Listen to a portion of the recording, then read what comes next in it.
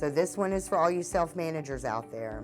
You can absolutely manage your own property. There is no doubt about it. I have run across so many self-managers in my career, even before I was in property management, before I got my license, before I started here. My father himself was a self-manager. He had many rentals and he did a good job. He actually sold them and retired many years ago. He did a great job. There's no doubt about it. What he did also have was an extreme amount of headaches. It was never the leasing. That was fun. He got to show his own unit. He was happy to make them ready himself. He was happy to even write the leases. It was not a problem. It was after the lease was written and people don't pay. What if they lose their job? You have non-paying tenants. You have delinquencies. And furthermore, something breaks. When does it break? Christmas morning, Easter afternoon, right as the turkey's coming out of the oven on Thanksgiving. That's whenever things break. Middle of the night, 2 o'clock in the morning. Just last night, we were mitigating water damage from 2 o'clock in the morning until around 4:15 this morning. Got the plumber out, mitigated it, had the water turned off, the tenants taken care of in the middle of the night. I promise you,